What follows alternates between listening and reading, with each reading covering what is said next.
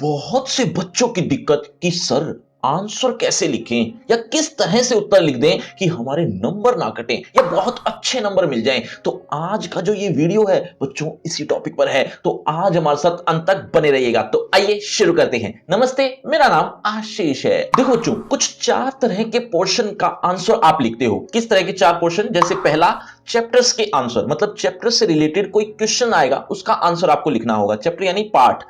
और इसी तरह से एक पोयम से रिलेटेड भी आता है, पोयम से रिलेटेड जो क्वेश्चन का आंसर लिखना होता है वो किस तरह से लिखना होता है। इस तरह से एक तीसरा पोर्शन आता है व्याकरण से रिलेटेड, व्याकरण से रिलेटेड जो भी क्वेश्चन पूछे जाएं उनके आंसर कैसे लिखें।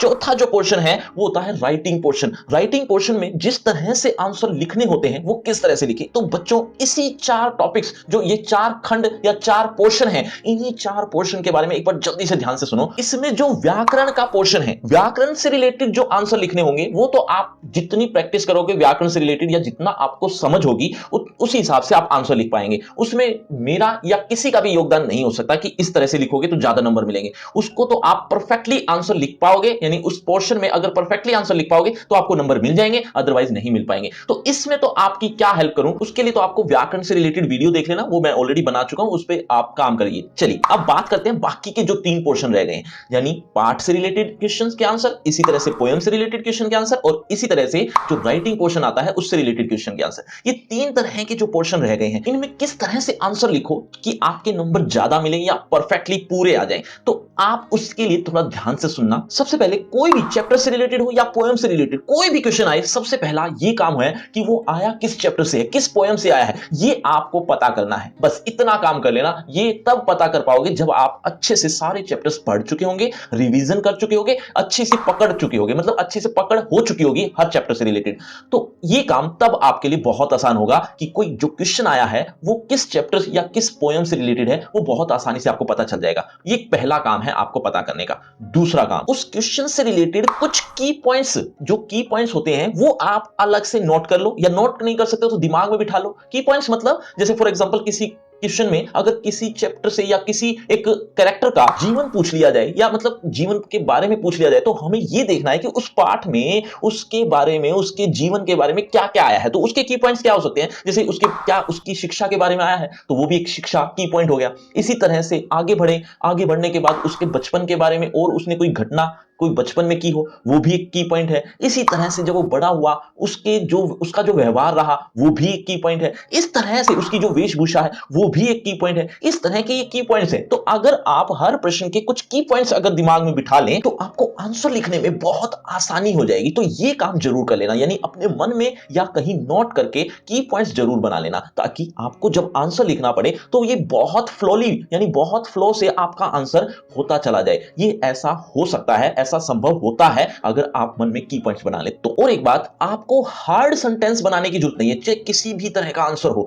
आपको हार्ड सेंटेंस बनाने की अगर आदत है तो आप बनाइए, तो आपको नंबर भी थोड़े एक्स्ट्रा मिल सकते हैं।